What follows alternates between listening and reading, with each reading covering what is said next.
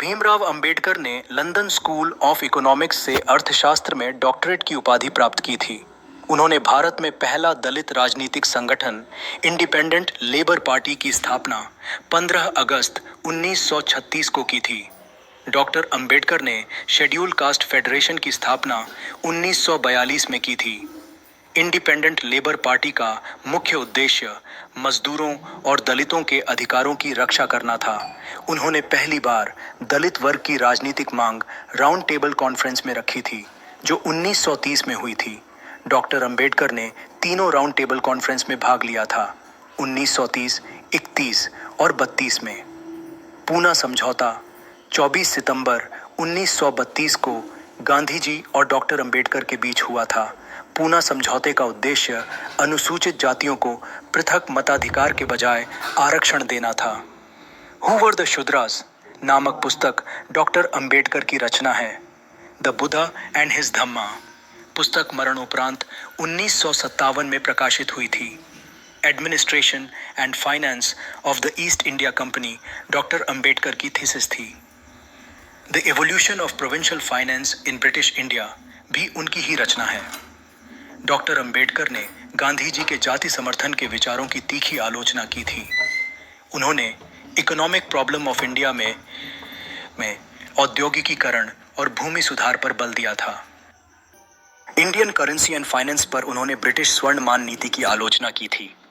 Doctor Ambedkar ने उस आयोग में योगदान दिया था जिससे भारतीय रिजर्व बैंक की स्थापना हुई। यह हिल्टन यंग आयोग था। आरबीआई की स्थापना में उनके विचार the problem of the rupee पुस्तक से लिए गए थे। उन्होंने मजदूरों के कल्याण के लिए काम के घंटे घटाने, मातृत्व लाभ और न्यूनतम मजदूरी जैसी नीतियां लागू कराईं।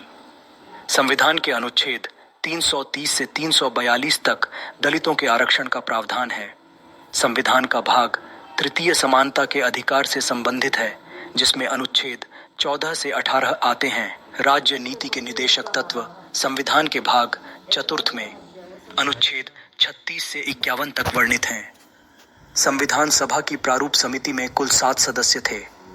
संविधान का अंतिम मसौदा 2 वर्ष, 11 महीने और 18 दिन में तैयार हुआ था।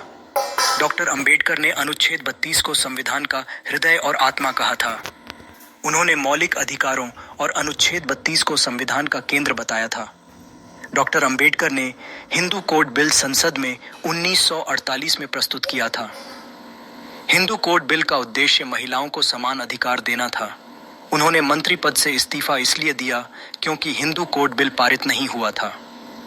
भारत के संविधान में प्रारंभ में 14 भाषाओं को मान्यता दी गई थी। बौद्ध धर्म ग्रहण करने के बाद डॉक्टर अंबेडकर को भीमसेन के नाम से भी जाना गया। उन्होंने बौद्ध धर्म के नवयान रूप को अपनाया था। शिक्षित बनो, संगठित रहो, संघर्ष करो का नारा उन्होंने नासिक में 1927 में दिया था। उनकी अंतिम पुस्तक द बुद्धा एंड हिज धम्मा थी। डॉक्टर अंबेडकर ने पिछड़ा वर्ग आयोग की स्थापना की मांग की थी। संविधान का अनुच्छेद 16 समान अवसर के अधिकार से संबंधित है। संविधान सभा में वे पहले बंगाल से चुने गए थे, बाद में बॉम्बे का प्रतिनिधित्व किया। पंडित जवाहरलाल नेहरू ने डॉक्टर अंबेडकर को आधुनिक मनीषी कहा था। उन्होंने समता सैनिक दल की स्थापना 1924 में की थी।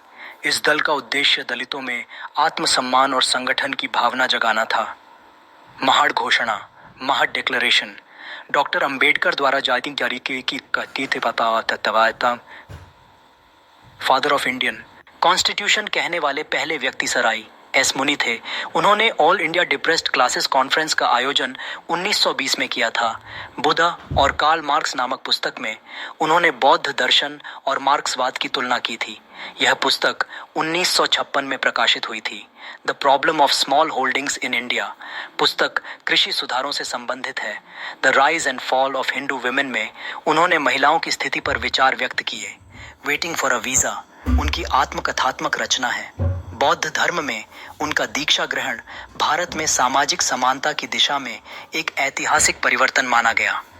दिल्ली विश्वविद्यालय ने डॉक्टर अंबेडकर के सम्मान में 1991 में डॉक्टर अंबेडकर चेयर स्थापित की थी।